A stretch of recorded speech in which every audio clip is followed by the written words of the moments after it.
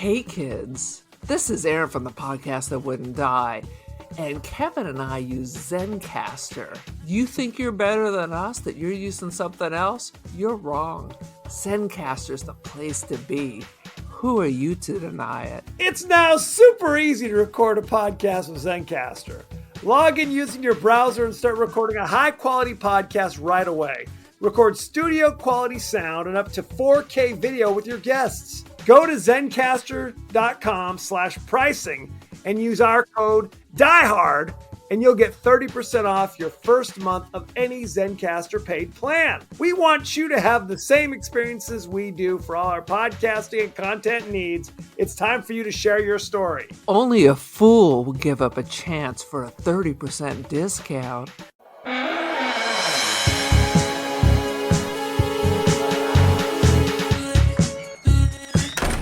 I'd hate to jump the gun, but I think it's time. We're looking at the first proof of life beyond Earth. You finally a daddy? It's gonna be a big custody battle over this one. It's beautiful. Welcome to the latest episode of the podcast That Wouldn't Die. I'm your host, Kevin. With me, as always, is Aaron. What's up? This week, we're discussing the science fiction horror classic, Life, starring Ryan Reynolds, Jake Gyllenhaal, Rebecca Ferguson. Is that her name? I always mess up her name. Rebecca Ferguson? Ferguson. I literally was thinking there was nobody I knew in this movie until you rattled off everybody's name. Are you serious? What is happening? Sweet Jesus. I already forgot who was in this movie. I'm like, it was nice that there wasn't a bunch of big name people in it. Wah, wah. Each week, we discuss guilty pleasures and forgotten classics of the horror and sci-fi genres with a comedic twist. Aaron, what's up? What's the latest with you? You're back from abroad. I am so jet lagged. I had to come home and take an hour nap. I've been up since 3:30. First, I went to bed at 9, woke up at midnight. Yep. Put on my Seinfeld for 30 minutes until I fell back to sleep. Woke up at 3:30, put on Seinfeld, and just woke up. I was like, oh, So finally at 4 o'clock started coffee. What an abomination. I get to work, and the kids are like, what's wrong with you, miss? I was like, what? Because you basically took a 2-week spring break. I went to work. I went to work at 7 o'clock. School doesn't start till 8:30 because, why not? And then I pull up to work and realize I hadn't even brushed my hair. I had a full face of makeup, but I didn't brush my hair or put on lipstick. So that's pretty standard. It's all part of the badge. All behind the curtain. So tell our listeners what you've been up to the last 2 weeks. They don't know it. We've been off for a couple weeks. It's true. We had spring break, so I was on a river cruise. I flew into Brussels and picked up the ship in Antwerp and took it to Amsterdam, which is all right around each other. Yeah. Like by car, it would be an hour, but it takes the boat 6 because of the way it has to drive around. Literally, we're always within like an hour's drive of Amsterdam the whole time. So right. It's like little beep, beep, beep, beep, just kind of little night, hour, 2-hour boat rides. But that's cool. Nice. Lots of fun, right? Living the high life. I've never been on a cruise before, so it was like being on a cruise with a large wedding. There was like under 200 people on the boat. I've been on cruises before, but I've never been on the riverboat. Yeah, I've never been on the big cruise. I've always been afraid. They seem scary. There's no casino. There's a bar. Yeah. And the boat a lot of times was leaving by like 6 o'clock. So 6 o'clock is like the magic time where everybody heads to the bar because dinner starts at 7. So you go to the bar, you have a couple of cocktails, and then at like 6:30 they give you the itinerary for the next day and what wines are being served at dinner, that kind of stuff. I mean, that's cool with me. Did you sit with the same people at every meal, or was it just different strangers? There's no assigned seats. Okay. And the way it's set up, there's a seat for everybody. So you're literally going to be sitting with strangers at some point. Yeah, of course. Of course. And you have to talk to them, and that's kind of a bummer. Yeah, there were a couple times I was over peopled. So there were like 2 nights I just didn't even eat. I had some like snacks in the room, and I was wiped out. I went from just laying on the couch, and now I'm walking 5 miles before lunch. People don't realize it takes a lot out of you to be as charming as we are. You know what I'm saying? Dude, there were times I'm like, well, maybe I can go to dinner, but I can't go to cocktail hour. Because I went from I have 2 drinks a month to I'm having 4 drinks a day. So that I could, and then 4 espressos throughout the day because I'm in Europe, so I need to have coffee constantly. So you wake up in the morning, you're just like a dried up cicada. I had like no water because it's cold too. It was cold. I hear you. I tell people how envious of you I am of you, because you will go on these like adventures around the world. I mean, and you'll go by yourself. You don't give a good goddamn. Around the world, and I'm leaving again in less than 50 days. Around the world. You're like James Bond, international man of mystery. For real. I like to think I'm Joan Wick. How about that? Joan Wick. Instead of John Wick. Yeah. Well, that's fun. I'm fighting crime, wreaking revenge, staying in youth hostels. Yeah, the next trip is going to be a lot of, it won't be business class, and it's going to be at youth hostels. Are you going solo again? Or do you have a companion? And where are you going? No companions, no lovers, no partners. I'm flying into Florence, and then I'm going to take the high-speed rail to Venice.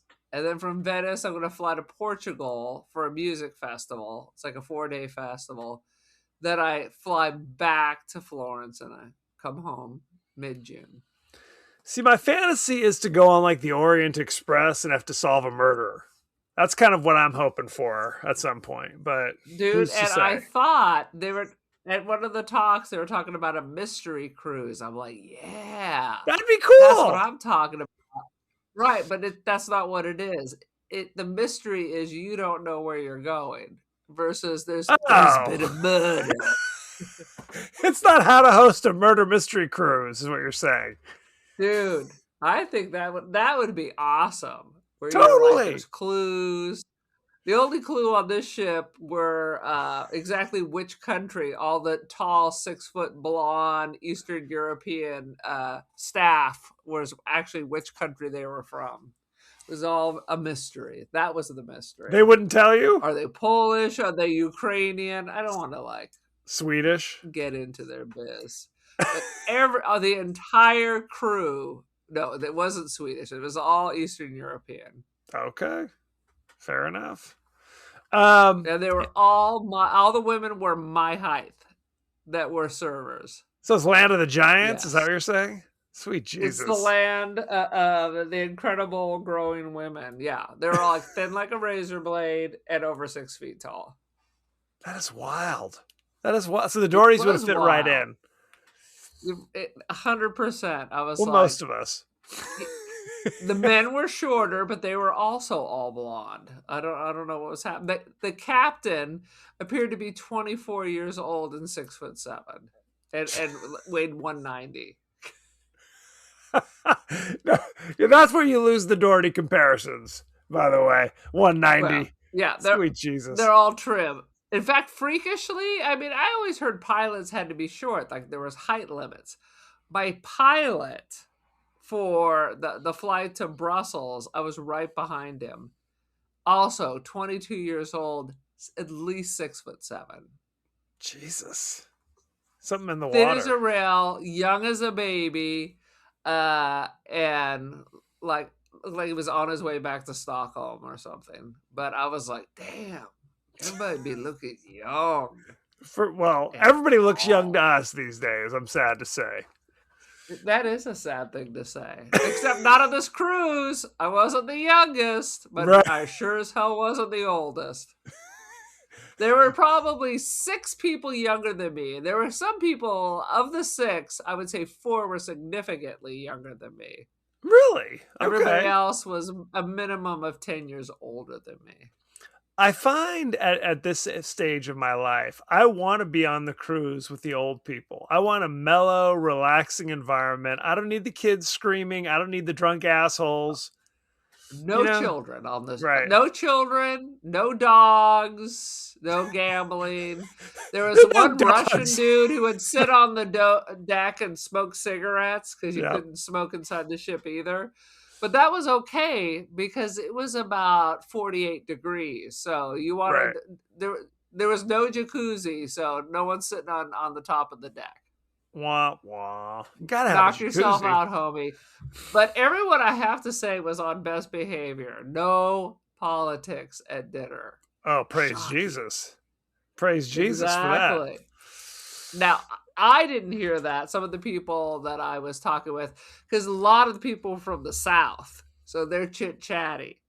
So I talked to people, obviously with people from like Georgia, from Alabama, chit-chatty. And they were saying, they sat with some people. Not only did they discuss politics, they also had a religious thing. So they've been hiding from them the rest of the ship. So makes sense. But the people I met were very nice. I told them all the sad story. They're like, you're traveling by yourself. You're so brave. And I told them the sad story of our crazy parents who called me the night before that they were not going and that Dad had not bought the travel insurance. So buy $20,000. Sweet Jesus. Dad's like, well, I took a gamble and this time I lost. I'm like, what was the insurance? Like $200? I don't think he ever buys the insurance. No. He thinks it's a scam. I mean, I don't buy the insurance when I fly to San Francisco for a $200 flight, but a $20,000, not including the airfare, I might think about that. You might want to consider it, 100%. And on that cheery note, why don't we go reel it back in and give us a 30-second synopsis of Life? I feel like you're addicted to sci-fi all of a sudden because literally all these movies are the same. Yep. People are in space. Something goes wrong. A bunch of people die. They try to give us a twist at the end. Ta-da. Now, I have to say... Go ahead. Is that your whole thing? Okay. Jake Gyllenhaal, he was fine. He was like a whatever. He was a one-trick pony. He was just... No, he showed no emotion. He was just very steady Eddie. Okay. I found Ryan Reynolds a little distracting for this role. I'm glad he died early. And I like Ryan Reynolds, but this was his attempt at being a serious actor? Well, here's the thing. They talked about this. This is the same writers of all the Deadpool movies, ironically. So they said that casting Ryan Reynolds was meant to be the Janet Leigh from Psycho thing, where you think he's the big star, the big hero, and he's the first to die. That's what they were going for, a bait and switch. Like I said, I like Ryan Reynolds, but I think he was miscast. How about that? Okay. I thought, look, they tried to make him kind of like, that same character, like a George Clooney kind of guy, where he's kind of the arrogant astronaut type, wisecracking guy. He doesn't have that. He does not have those qualities. Oh, he does not have those qualities. He has his place, and I like Ryan Reynolds, but why do you keep messing up his name? You keep calling him Riles Reynolds or something. I told you I've been up since 3:30 this morning. I got to work and I was like, I can taste music and I can see sounds. I'm like, they're like, what? I'm like, you're going into a meeting, and I'm like, yeah, let's just hope for the best. Dude, teaching is the job that if you're like exhausted, don't even go in, because it's the worst job to have if you're exhausted. It is by far the worst There's job. just no way. Right. There's just no way that I could put this off onto somebody else, because I only ran one meeting and the other person ran like 4 today. Right. So, yikes. Did you? Yikes. Now, I shared with you a TikTok video that I kept seeing that reminded me, oh, I have to do life. It was the interview with Jake Gyllenhaal and Ryan Reynolds, where they're promoting the movie Life. And she said, is this your favorite movie because you got to wear socks all the time? Because as astronauts, they basically had, and they both exploded and said, oh my God, 100%. This is the best question, by the way. And they go on and effusive about the fact that they could just wear socks and not have to wear shoes. And they were like, and you wear a onesie all day. It was amazing. So they loved it. They loved the experience. And not a tank top and chonies like our friend Sandy. 100%. Well, again, we talked about on the Gravity episode.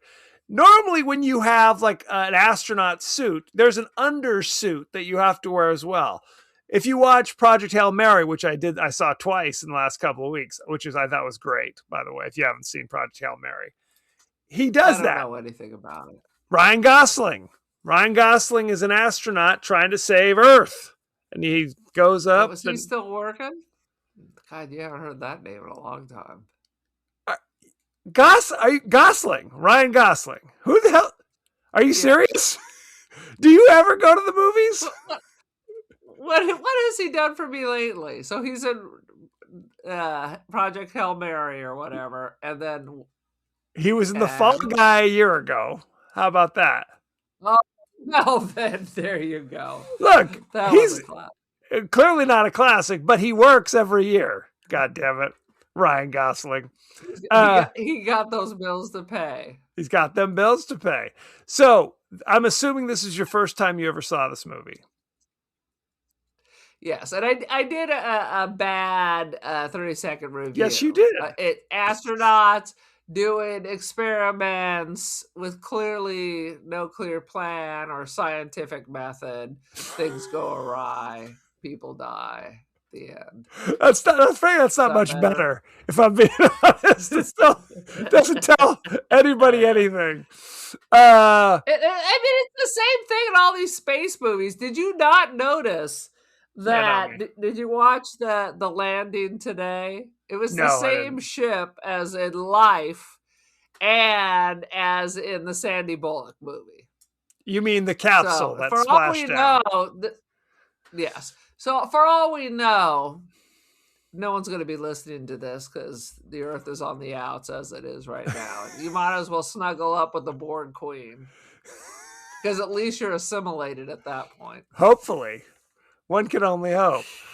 No, I do say that. Again, in this movie and with the Artemis launch or whatever, the capsule comes down. There's like a flotation aspect. It's not gravity. It didn't just fill up with water as soon as you open it up, trying to drown all the astronauts. 100%. It's not like dropping a weight into the ocean where it's just going to sink to the bottom like a stone. If it's going to sink like a stone immediately, why did you need the parachute? Apparently, it's just the lead weight that just goes to the bottom to kill all your astronauts. If you're literally just going to kill the astronauts, why include a capsule at all? Just let them expire in space. That's all I'm saying. Sweet Jesus. I actually had never seen... I encourage that line of thought. I had never seen this movie before. I have never even heard of it. Never even heard of it. I remember seeing the ads for it when it was in the theaters, but I didn't see it. So this was literally my first viewing. And I figure, I like these actors. I'll give it a little dance, see what's up. But why don't we jump into the highlights, Aaron? Do you have any highlights at all? Before we do that, what's our Please. preferred Gyllenhaal? Jake or Maggie? I'm gonna say Maggie, but not in Batman. It sounds well, and that's the issue. It's like people there's a strong Maggie Gyllenhaal camp. You know, that they were happy that Katie Holmes was replaced with Maggie Gyllenhaal. And I do not agree with that. I was like, I want Katie Holmes back. So look, Maggie's fine. And she's available to work, I think. Well, my only thing is like I struggle to sit here and think of a movie that I was like, oh damn, loved Maggie Gyllenhaal in that. Can you hit me with anything? Anything you can think of? No, because I am a functional zombie Okay. at this point in my life. Don't ask me what our parents' name is. I took at least 4 sentences of notes for this movie, and I'm gonna have to just stick with that. Fair. And my one complaint. Although I thought the one actor was Idris Elba at the very beginning, and then I was like, not that Idris is Elba. not Idris Elba. Not Idris Elba. I was like, I didn't know about this. I don't think I'd ever seen him before. He was like the scientist named Hugh. Hugh was his name, British scientist. And then there was the commander, the Russian commander Kat, who I don't think I'd ever seen before. And then there was the Japanese astronaut who I've seen in other things. He was in like Bullet Train, for example. He was in The Last Samurai. I love Bullet Train. Bullet Train is a treat and a joy as far as I'm concerned. Dude. So I honestly, it was like, I had never seen this. I was going in there cold. I knew basically what was coming, and I knew that there was some kind of alien organism they were going to have to deal with at some point. I just didn't understand. They went into space for and then just fucked around. Like there seemed to be nothing scientific going on. Okay. They had sent a probe to Mars. Sir. Okay, that's how I do it. They were in the International Space Station orbiting the Earth, and they had sent a probe to Mars to scoop up soil samples. I don't know how they did that. If the satellite went into the thing and scoops, I don't know. However they did it, it was coming back, but it was going very fast. So they had to have Ryan Reynolds go out in space with a giant mechanical claw hand or something to catch this thing that was coming at him like a bullet, essentially, right? It was, and as we learned, all these things, unless you're in the alien movies, are made out of balsam wood and tissue paper. 100%. Anyway, the scientist dude, because it's weightless, they established that he actually does not have use of his legs, right? He's floating around with like dead legs. But so it's like, this is his preferred, he likes being up there. And the captain performs physical therapy on him. So first of all, I was like, this doesn't make any sense. You'd never be in space. You'd never be an astronaut. That's not real. Rebecca Ferguson is not the captain. How would he be in the Air Force or whatever it is? You have to be in the air. No, you don't. You're not going to be in space if you don't. You have to be physically fit. You can't have the captain of the ship performing your physical therapy. Was that her minor in college? No matter. I don't care if she was the cook. She's still not performing physical therapy on him. Her job, she was the quarantine officer from the CDC. Now, whether not physical therapist. So she should again. Okay. I don't know what her duties were. Lovers. This doesn't even make any sense. She was rubbing some lotion on him a little bit. I can't explain. It rubs the lotion. Or it gets the hose. Or it literally gets the hose again. So he's in there and he's digging through the soil samples and he finds a little cell, a little paramecium. Not a phalange. That's something else. Sweet Jesus. And it's frozen, but they add some CO2. They turn up the temperature and it springs to life. And they're like, oh, and it's that amazing. was their order, was to dig through the dirt on Mars, look for life, and wake up. Well, I think that was their plan. And they're like, ooh, look at this. They were communicating with the Earth. Why were they sent into space? To do this purpose. To study Mars. I don't know. To study Mars. Study to dig Mars. around. All right. So they bring the cell back to life and it starts multiplying. And then something happens. Something strange. First, Go ahead. It does all these little fuzzly wuzzlies, and then no one's taking notes. They're videotaping everything. They're petting it in a petri dish. Fair. And being completely unprofessional. Ryan Reynolds calls him on that, and he says, hey, stop calling it Calvin. They name it Calvin after Calvin Coolidge Middle School or whatever that they were communicating with on Earth. This is a crazy little blob of cells. It's not your friend. Get it together. Because I guess the scientist was kind of making little mistakes or something. You know, he did something, he vented something or forgot to screw something. It was very strange. Yes. And that's where things started to go wrong. Yes. And the thing of zapping it, you should be just taking notes. Well, they were trying to get it to come back to life. Well, it was in a coma state. Correct. I feel like they should have let that go for a little while to see if anything would happen organically. Fair. I'm not a Scientologist, but apparently I'm more of a one than the people they sent into space. So it goes from being like you could have got the drillers from Armageddon to handle this because they mastered space in 15 minutes. 8 whole while weeks? Drunk. It goes from being a little blob to being kind of a starfish looking thing with like kind of I can't even describe it.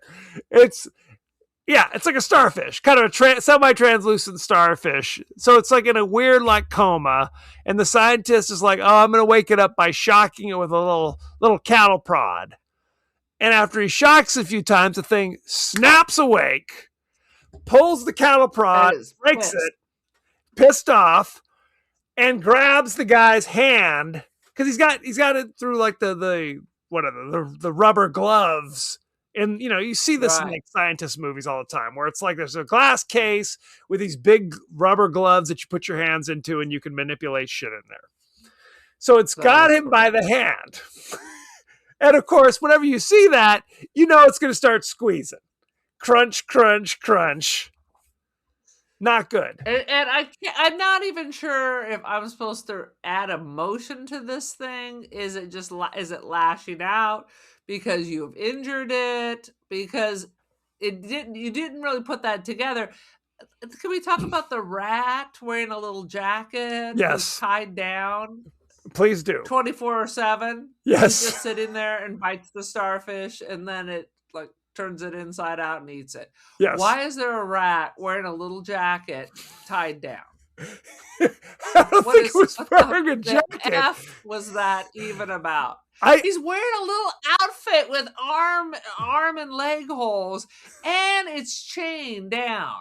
Like what kind of a rat is this? I'm thinking feed it to the starfish and it's going to fly around.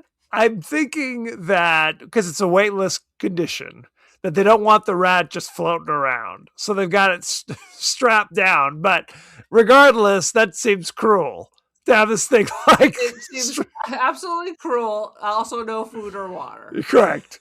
No, and little McNuggets will be. They're just free shooting in the ship. That's what I mean. Rat turds 100% around in space. 100%. Ridiculous. 100%. So the scientist. Really, Mr. McRat was the first casualty of the chocolate starfish. Not the chocolate starfish. That is different. Well, it was really kind of gross because the scientist basically passes out because his hand's getting squished, and literally his hand drifts out of the glove, and you can see his hand's basically just a water balloon. now. Like every Yes. bone in his hand has been just pulverized. So it's just like, ugh. So You'd be crying for weeks, and literally they bandage him up and give him an oxy, and he's good to go. no, you're Now I chopping got no off. legs and one arm. I'm down to one limb is what I'm left with. Right. No, I mean, you're right. They bandage his hand up. I don't know what you're going to do with that. What the purpose? His hand is literally ground beef. He's not using that hand. The hand's got to go. That's neither here nor there. But this is where they start dealing with the kind of quarantine type situation because the doctor's getting his hand squished. And Jake Gyllenhaal, who's another doctor, is like, God damn it, go in here and save him. And the quarantine doctor, Rebecca Ferguson, is like, hey, no, can't go in there. Can't go in there. This is the rule. This is the rule. No can do. Eventually, the little starfish is just crawling around in its cage, and the doctor's kind of floating around with his fucked up hand. And Ryan Reynolds opens the door, grabs the doctor as slow as he possibly can, and starts floating him out the door. Meanwhile, the starfish is taking the broken little shocker thing, which has a sharp point, and uses it to cut a hole through the rubber glove and slips right out. And now it's wrapping itself around Ryan Reynolds. It has such knowledge based on what? This is going to be a reoccurring question that we have because they establish it's smart. But what does that mean? Smart like what? Like a chimp or like Albert Einstein? What are we talking about? You know what I mean? Because there's a part in this movie where now how the fuck did this starfish know to do that? There's going to be a lot of moments like everything. It knows that it can drink coolant, even though the atmosphere that brought it to life was Earth's atmosphere. But coolant is poison for the humans, but it's delicious for the translucent starfish. This is a thing. This is a question because there's times where they're like, well, like all living creatures, it needs air. That thing is out in space, flopping around for far too long, seeming with no ill effects. Yeah. So we're going to talk about whatever conditions they describe for us, in the end, didn't really apply. What is it eating? It's only eating coolant because it's not eating the people. It's not eating the things it's killing. Well, it's unclear. It definitely ate because after it broke the dude's hand, it kind of slithered over, and like you said, it like an amoeba. It absorbed the rat.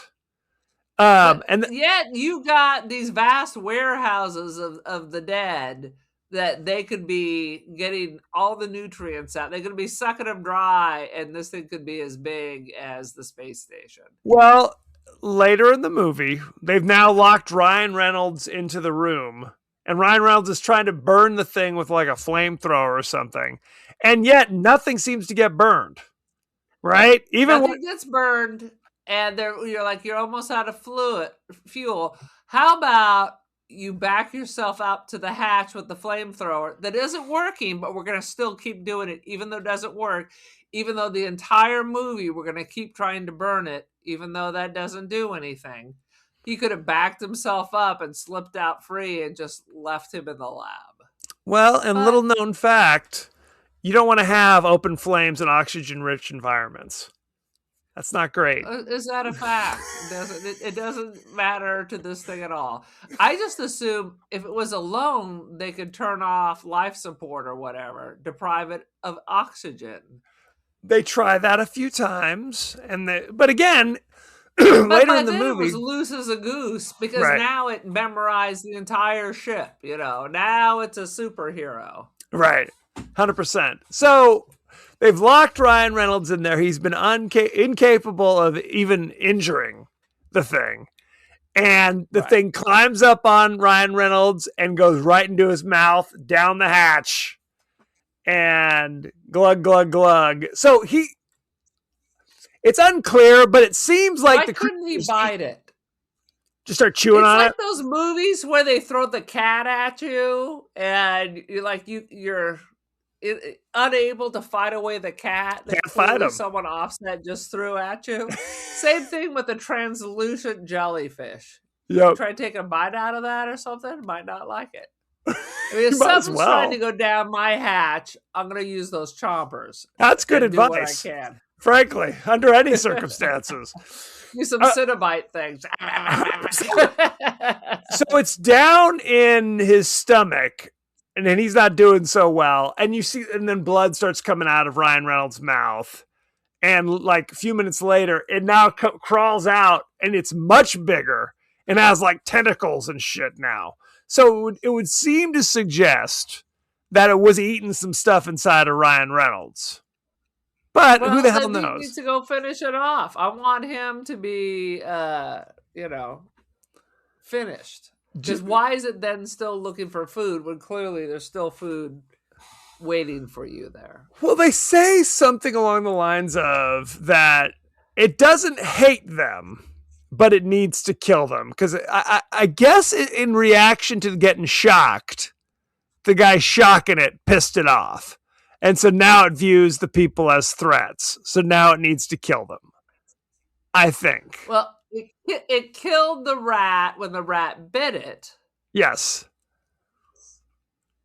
but Are we figuring this out? Unclear. who knows? So the blob was able to master everything but language. Yes. It does not have vocal cords.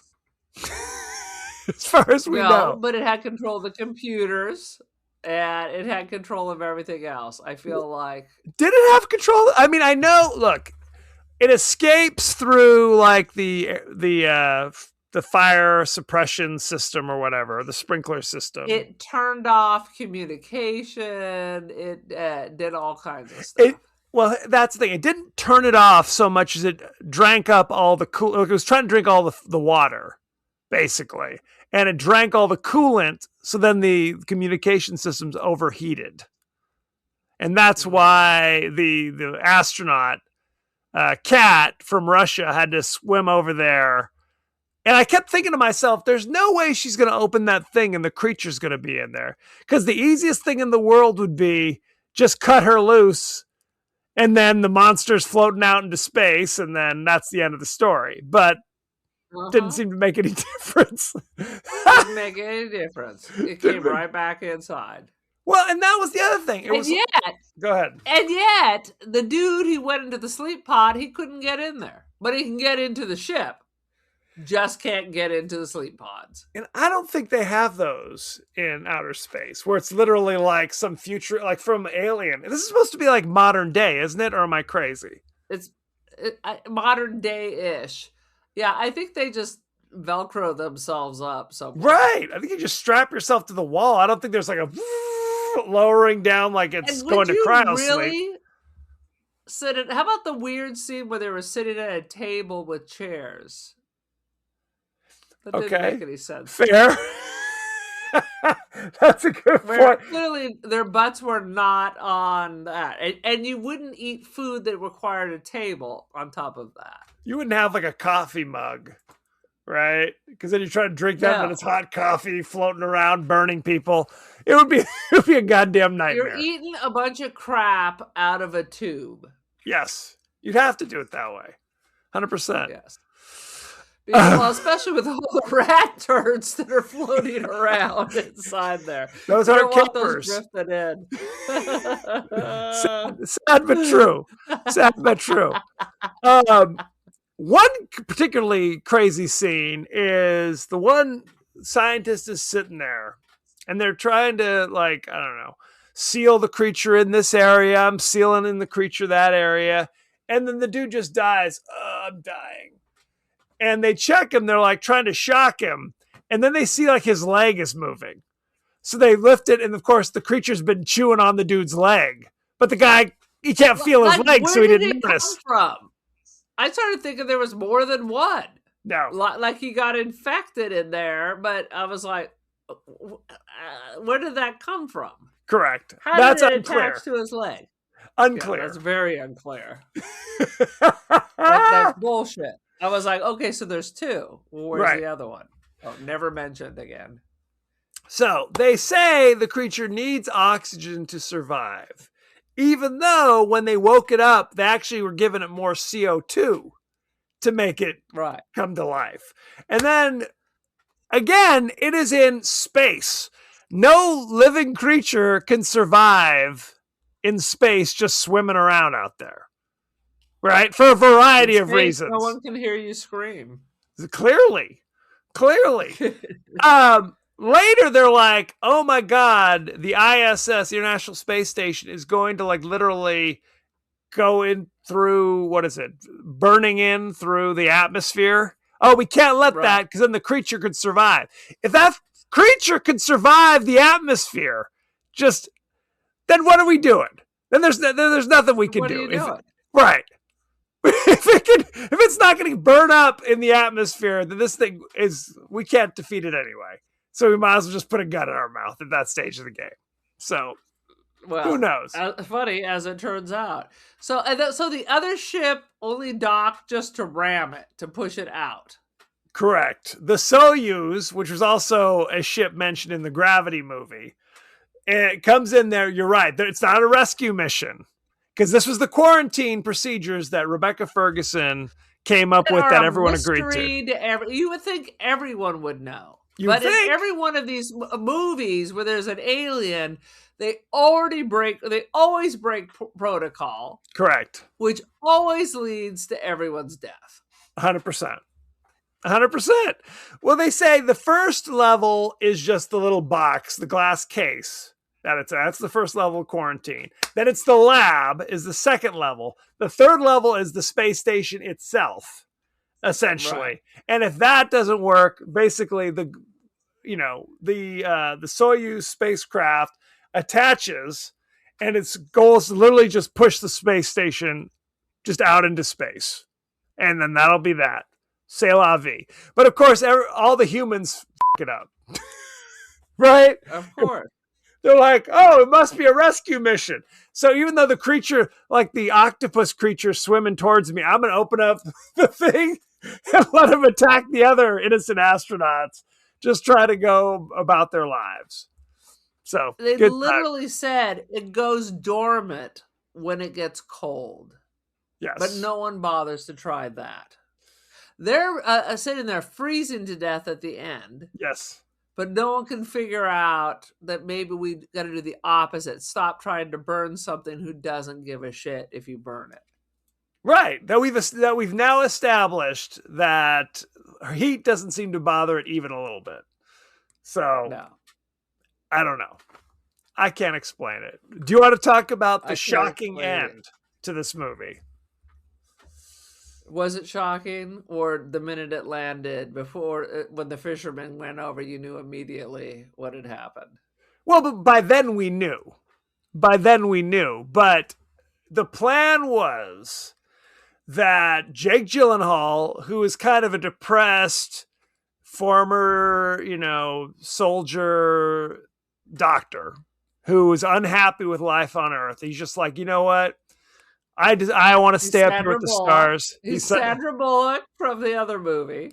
He says, I will lead the creature onto one of the escape pods, and I'll counteract the autopilot that has us land on Earth, and I'll just shoot me and the alien into space. You can go take the other pod, and you can go to Earth, and you're good to go. How about that? So that's the plan. Literally, this shit is all being tracked down on Earth.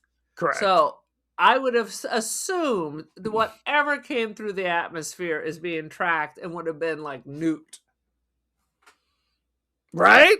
Because somebody on Earth knew that shit had gone wrong. So they sent that other spacecraft to just push it into space. Right.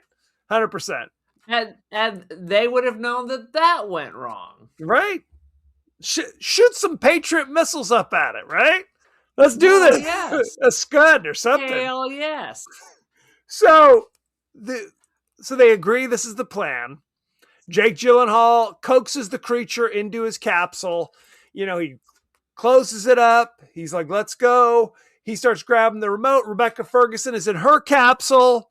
She's getting ready to go into Earth. Then some malarkey. There's some space junk hits both of the ships, sends Rebecca Ferguson out into space. She can't control it because she's not a pilot. She does her best. Nope. She's going off into space to die alone and miserable. Jake Gyllenhaal's trying to control the shit, but the goddamn alien tentacle grabs the stick because, again, it knows everything. No, it knows. It knows everything. It knows how to fly the ship and guides the shit down onto Earth. So it ends with Rebecca Ferguson screaming as she goes off into space to die. Jake Gyllenhaal splashes down in Vietnam, and some people come up and like multiple like boats start coming up. Jake Gyllenhaal's going, no, don't open it. Hey, don't open. But of course they're in Vietnam. They don't speak English.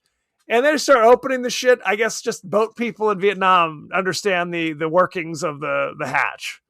So that's good to know. Good stuff. Even though you can look through the window and see alien shit everywhere. There's like slime and tentacle. Pass. I don't even know what that was all around him. It looked literally like something like Alien. Remember in Alien, you saw like the skeletal, it's all that Geiger stuff of these giants that were all like tentacled out or now like stone or something. That's what it looked like. And the thing there's like a Geiger bar you can go to in like Eastern Europe. Oh, I'm sure there is. All pimped out. Germany, I think, is where next to a hostel. The red light district. This movie, the thing about it, the alien though, is it's different than the aliens you see in like the alien movies where people are getting impregnated and it's like, oh my God, there's, they reproduce exponentially. It's not like The Thing. Right. So it's like, it's unclear how big of a deal. I mean, granted, it's an evil alien on Earth, but it's not like, I almost think there should have been a scene where the scientists are like, we can't let this thing get to Earth because it does. Look at these projections. It'll eat everybody on Earth in 6 weeks. Give me something like that. Otherwise, it's just no projections. They would have to be doing sciencey stuff versus let's just poke it. Look, it's my pet. Look, it follows my finger. Let's just poke science. That's why I got my doctorate in poking shit in a petri dish. That's why his hand is freaking busted water balloon. Like liquefied. It was literally liquefied. One thing I did like. Please. I was down with the little alien creature, but at the end they decided, you know what, it really needs a face, and that's where it fell apart. I don't disagree with that. It doesn't need a face. Right. I thought the face was added on later. It felt like it was added on later. Fair. And it was really more, it was more of a distraction. It was more of a, I don't need it to look at me. It's menacing as it was. No, I agree. The weird head that eventually appeared was like whatever. I like it. I like the giant starfish with tentacles. That's all I need. Dude, it was Cthulhu. It's the Song of Cthulhu, and this is the origin story. The Song of Cthulhu. Whatever. I mean, I appreciated that it was not a humanoid kind of creature. So why you got to give it a head? Starfish don't have it. Is it an octopus or is it a starfish? Unclear. They don't know. Yeah, pseudopods and shit. Could be anything. It doesn't need to have a little crazy smiling face. That was stupid. What did you think about the non-Hollywood ending? Oh, take a minute. I mean, I appreciate that. Yeah, I thought you would. I would have liked to have that to be more of a surprise, though. Right. I mean, I guess by the time you see her flying off into space and he splashes down, you know who's who, right? Could it have been like a grand reveal? It could have been, we see him in the window and then cut to her spitting out. Yeah. Yeah. Oh, look in the window. I already sensed there was a twist. Yeah. Right. That was it. I actually have to say, the only thing I knew about the movie was the twist. It was one of those things where the most shocking horror movie moments in, Amazon Prime or whatever it is. So I knew how it ended, and that kind of made me go, "Ooh, well, now I have to watch it." So sometimes Right, I know because too that's much. the ending we wanted in the Sandra Bullock, where reality she swims to shore and George Clooney's waiting for her on the shore, and they walk off hand in hand, and then you To the realize, pearly gates, where St. Peter's exactly. I would standing have there. preferred that ending. 100%. That'd be good stuff.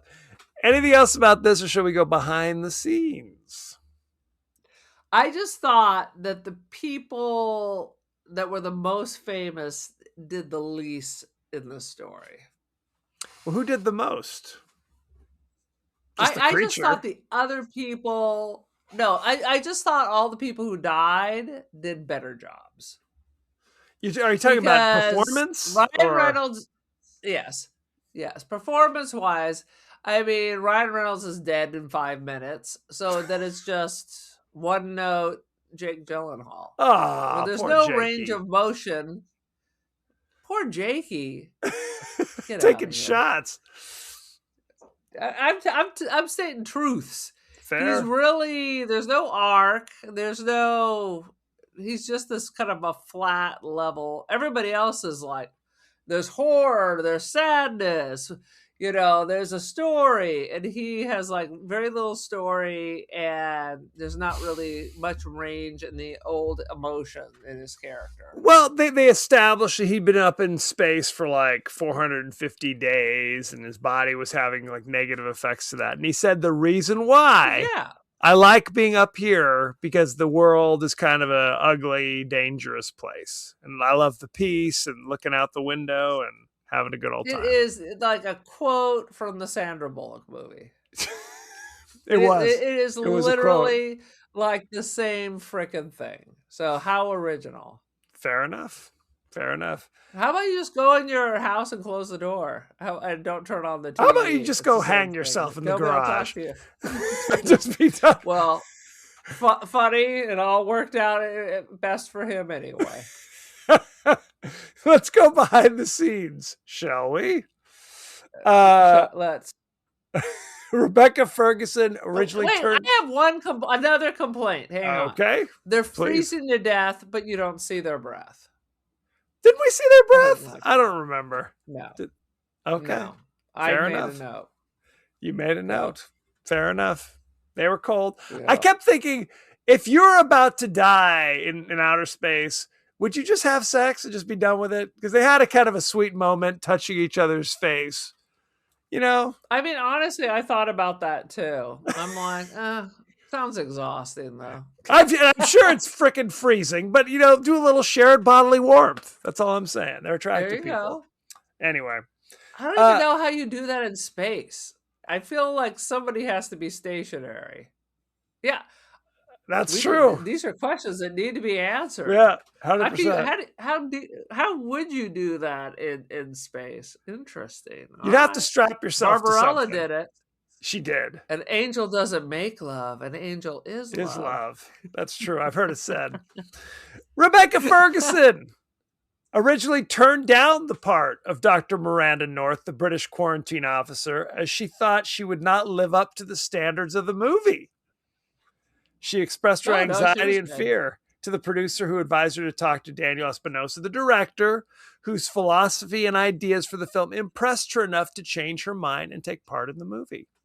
How about all that? the supporting actors did a solid job. I have no complaints for them. I thought the acting was fine all the way through. I mean, look, Ryan Reynolds. You're obsessed with Ryan Reynolds. With who? What's his name? You're obsessed with Ryan Reynolds. I used to be. To emulate the lack of gravity, the actors were all suspended on wires that were later digitally removed. Oh, you mean it wasn't all CGI? It wasn't all CGI. 6 years. Okay. That's right. Well, with the same effect. Let's see. International Space Station is co-owned and managed by 15 nations and is the most expensive man-made structure ever built. That's just trivia about this International Space Station, I guess. And you would think it would look like the ship from 2001, but in reality, it literally, or like the Death Star or something. But in reality, it looks like it's put together with masking tape and aluminum foil. That's how they do it. That's the real way. Ryan Reynolds and Jake Gyllenhaal were already close friends when they made this film. Oh, I'm sure. Some fans were upset that Rory, played by Canadian actor Ryan Reynolds, is wearing a U.S. flag and talking about his pride as an American. Yeah, that is upsetting. It's very upsetting. Well, Rebecca Ferguson, not British. She's Swedish. So where's her Swedish flag? How about that? No, people were very upset. They're all Canadian. There are Canadian astronauts too, damn it. Why couldn't he be Canadian? These are questions. I don't know the answer. These are questions that need no answers. The ISS receives a new shuttle or spacecraft arrival more than once per year, with each trip costing over $1 billion. How about that? Do we still have shuttles? We do. I thought they hung that shit up after they keep popping and costing $1 trillion. Maybe they shouldn't. The alarm that sounds is used as the action station's klaxon from Battlestar Galactica. How about that? I love that. I love Battlestar Galactica. This might be the 2004 version, though. I have to. No, I know there were no Cylons. There's a scene where we talked about it. Ryan Reynolds is killed by the creature. Originally, they had a different, like a model that was supposed to be the dead Ryan Reynolds, like, partially consumed or whatever by the creature. And it was just too gruesome to use. So instead they went back. Honestly, that's what I kept waiting when it crawled back inside Ryan Reynolds. I was waiting for it to like take over it.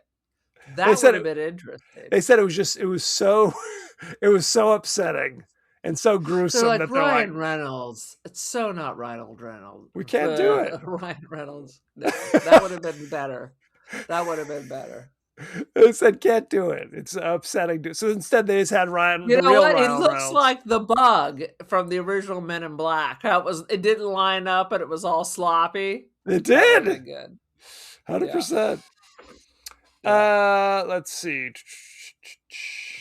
I think. Oh, the film was on the short list for Academy Awards for Best Visual Effects, but was not nominated. So then, what short list was it on? Goddamn liars! Then it wasn't on a short list. How short's the list? 400 films. It was on the long list. Evidently, it was made that year. Is that the list? Let's talk about the cast and crew, shall we? All right. Directed by Daniel Espinosa. You know him for such things as Morbius in 2022. How about that? That's something. Didn't see it.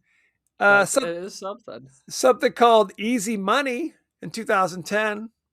Not familiar. Oh, not Easy Money with Rodney Dangerfield. Classic. I do love Easy Money. That's a classic. Absolutely. He directed. I want to easy money. That was Billy Joel. Sing it to me, Billy. Yeah. He directed Safe House in 2012 with Denzel Washington and Ryan Reynolds. You'll be shocked to know. Oh, Jesus. And of course, he directed Life in 2017. And I always have to tell people there was a different movie called Life that came out in the late 90s with Eddie Murphy and Martin Lawrence where they go to prison for life. This is not that movie, in case there's any confusion. Let's see. The writers, I talked about this. Rhett Reese and Paul Wernick wrote it together. And you know them. They directed basically all of the Deadpool movies. Deadpool 2016. And I enjoyed Deadpool. But Ryan Reynolds can't help being Ryan Reynolds. Fair. I like Ryan Reynolds. But it doesn't necessarily go everywhere. I used to like him more, and I find I like him less.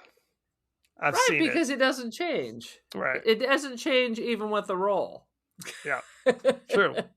They wrote Judgment at Nuremberg, starring Ryan Reynolds. Fair. You know, he'll be like staring at the screen, making crazy faces at some point. They also When wrote Rudolph Hess is testifying. Deadpool and Wolverine, Deadpool 2, and they also wrote Zombieland. If you ever saw Zombieland. I enjoyed I did Zombieland. see Zombieland. Yeah. It's fun. They're never as funny as I'd like them to be, but they're funny adjacent. How about that? They're funny adjacent. Jake Gyllenhaal played Dr. David Jordan. You know him from such things as Nightcrawler in 2014. He was in Brokeback Mountain in 2005. He was in Donnie Darko 2001. People love that movie, and They I do. have watched it twice and cannot get into it. Shrug emoji. He was in Prisoners in 2013. Unfamiliar. Other things he did Zodiac. He was in. Did see Zodiac. He was Billy Crystal's son in City Slickers. If you go back and watch that movie, he's in like 2 scenes. So there you go. I mean, I enjoyed City Slickers back in the day. I did too. Rebecca Ferguson played Dr. Miranda North of the CDC. You know her from The Greatest I Showman. thought she was great. She was good. Yeah, it's all this Hugh Jackman spectaculars. You know how I feel about that. I didn't care for The Greatest Showman. She was in Mission Impossible Rogue Nation, Mission Impossible Fallout, Dune Part 1. I don't even know which Mission Impossible I've even seen. I don't even care anymore. That'll I make it did see. difficult. Oh yeah, from Dune. I'm not going to see any more Dunes. Now it's going to be episode 17 is coming out. I mean, who gives a She was Lady Jessica Atreides. She was Duke Leto's concubine. She was solid. Yeah. Yeah, She's she good. was solid. We've actually done another movie with her in it. Do you remember what it is? Dune Part 2? Dr. Sleep. Oh yeah. She's the hat. She's the hat. Whatever the hat. Hilda the Hat, she or was whatever great. her name was. Yeah. Dude, that was Disturbo. No, I like her. She's good. Ryan Reynolds played Rory Adams. You know him from such things as Deadpool 2, Deadpool and Wolverine, and something called Buried, where he's buried alive. How about that? And yet he dug himself up. All right. Fair. I want to talk about Hiroyuki Sanada, played Sho Murakami. Wasn't he just in that movie, the train? Was he in the train movie? The one we talked about? The one with the one we talked about with Yeah, the he's in frozen Bullet Train. No, he is not in Bullet Train. He's not in Snowpiercer. He's not in Snowpiercer. Oh, okay. He was in Twilight Samurai in 2002. He was in 10 episodes of Shogun in 2024, the new Shogun. He was in something called Sunshine in 2007. He was in The Wolverine in 2013. A ton of stuff. John Wick Chapter 4. No, he's not. Oh, wait, John Wick. Here we go. Boom. John Wick Chapter 4, Bullet Train. He's in 4 episodes of Westworld. Also, I did see Westworld too. Whatever happened to Westworld? It just went away. Just went away, I guess. Let's talk about the rating, shall we? Let's go. On Rotten Tomatoes, Life from 2017 currently has 67% fresh. That's interesting. Do you know what the audience gave it? 78. 55. Boom! Look at that. Are you going to defend this? Dude, I am going to defend it. That seems low. The reason it seems very low. I think the reason is you can't take it seriously with Ryan Reynolds in it, and the two big leads, the two big male leads, are just not right. They wanted 2 big names for this. Let's talk to the top critic, shall we? Let's go. Leonard Maltin.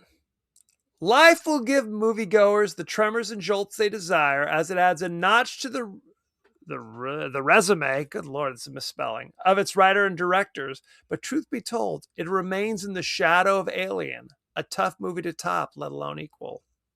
How about that? That's actually a positive review. I mean, well, that's positive. I know. David Sims from The Atlantic says, if you're looking for a competent Alien knockoff or just a way to kill a couple of hours, you could do far worse. How about that? Also a positive review. Wow. Amy Nicholson from MTV says, we too are just a collection of cells, and Espinosa plays our nervous system like a flamenco guitar in concert with head-pounding drums and nauseous trombones. What the hell? People just put words together and call it a review. That's a positive review. Let's talk to our in-house movie critic, AI Rex Reed. Are you ready? Go. Life is a grim little alien knockoff where a group of overqualified astronauts, including Jake Gyllenhaal and Ryan Reynolds, get picked off by a murderous space calamari that shows more personality than the screenplay. How about that? It does have more personality. Giving it a face detracted from it. The Fair. two male leads detracted from it. I thought the rest of it was entertaining. I thought it was more entertaining than the Sandra Bullock movie, quite frankly. Ooh, that's a hot take. I didn't like it at all. So it's if you can do anything that and it had a similar visual without costing more than for the amount of money the Sandra Bullock film cost. Mm-hmm. They could have like cured diseases in third world countries. Whereas here they didn't spend all that CGI money and it had a similar effect. Fair. So what is your rating? Damn it. All right. It is not a 4, but it is not a 3. It's definitely not a 3. I but agree. It's not a 4. So I'm going to give it a 3.80. I thought it was effective, even with my complaints. I was curious to see how it was going to go. I mean, we know, of course, they're going to break quarantine immediately because you're in space. Mm-hmm. Two things are going on. You're stranded and you have to figure out how to live by yourself, or there's a monster. and you have to figure out how to defeat it. There's two things that happen in space. So honestly, I thought it was effective. Mm-hmm. It was nerve-wracking. I mean, of course, it wasn't as tense as Alien. No. But we don't need to be that tense. That was one of the most disturbing films I ever saw in my life when I was a child. But yeah, I'm going to give it a 3.80. I thought it was good. And you went into this absolutely cold. You had no idea what it was about at all. Sometimes it's the best way to do it, right? No expectations. Exactly. Like I said, I basically knew what it was about, but I didn't know all the beats. I agree with you. I think it's pretty good. I would say pretty good. Yeah. I would say maybe it was entertaining. I liked the ending. I thought the creature for the most part was freaky and scary. When the dude's hand was getting squished, I was like, "Ee." Dude, yeah, crunching that up, yeah, crunching. So I probably give it like a 3.75. I thought it was pretty good. Yeah, that seems fair. Yeah, I thought it was pretty good. It was entertaining. Yeah, and like 100%. I said, the supporting actors were bringing it. They were. Even the dude's like crazy legs. I kept Googling. I'm like, I wonder if he's actually like a paraplegic or anything. I don't think he is. I think they use effects for his legs. They use CGI to give him skinny legs. Give him skinny legs. So I would say, chicken leg. If you stumble across it, I would say check it out. You don't need to spend $5 to rent it or anything. But if you happen to see it, I would say check it out. Exactly. If you happen to see it, I would say check it out. That is the most worthless instruction ever. If you watching it, You don't have to turn it away. If you're halfway through it, you don't need to turn away from the screen. Just keep going. Just keep going. You might as well just keep going at that point. So, thank you very much. You can come and watch us all over the social media landscape. We're on Threads, we're on Blue Sky, TikTok, Instagram.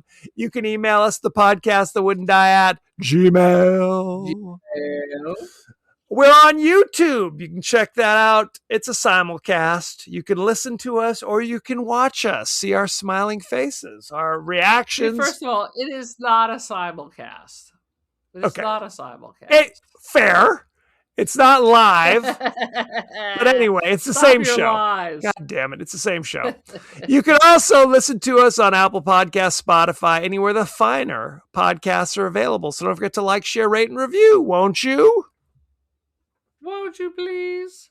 Aaron, what is your social media situation? I have some media. I am on the gram. I am the cultivator and join the cult. I have artwork on First Dibs and Artsy, Instant Dreams Gallery. Yeah, go buy some art. Beautiful. Check out all that good stuff. As you know, we like to check in on our friends and family across the social media landscape. Aaron, what are the streets saying? In regards to our episode on frailty, Eric Duncan 786, such a fabulous film. Charles D. Taylor, Frailty is just a prequel to Supernatural. Yep. Genevieve Murray says, I love this movie. Johnny Nemec, great movie, one of the favorites. No, it's NEMEC. Okay. Ant 1010-220. I saw this in theaters. I had to sit between two big guys while my family sat in the front. Ha! I don't know what that means. And TikTok has said I violated community guidelines by showing the trailer for The Hand That Rocks the Cradle. Those sons of bitches. I'm tired of the bullshit. Don't like them. Meanwhile, anymore. TikTok is filled with fake news and a bunch of AI bullshit, and they're free to do it. But you post a trailer for a movie you're reviewing with no recourse. So it's 2 strikes and you're out for life. For reals? So you're hanging on by your fingernails. Yes. Sweet Jesus. For the tips. Apparently I can go to some kind of like driving school and my points can be reduced, but that seems insane. Where are my Chinese overlords? Ever since Trump's people took over TikTok, it's not as fun and it's very punished. I don't like that. We're half the battles we're fighting is for our crazy WTF videos. I don't like that. That upsets me. And this wasn't even a WTF video. I know. It's a thing. Next week, we're discussing the horror classic. I've never heard of this movie in my life. This was one of Aaron's choices. It's called Don't Knock Twice from 2017. Same year as Life. So there you go. So there's that connection. It's with Katie Sackhoff, who you might remember from the new Battlestar Galactica, ironically. She played Starbuck. How about that? How about half that cast was also part of the NXIVM cult? Woo! Is that true? It was the Smallville. Battlestar Galactica ladies. Yeah. That's hilarious. I just watched another documentary on it.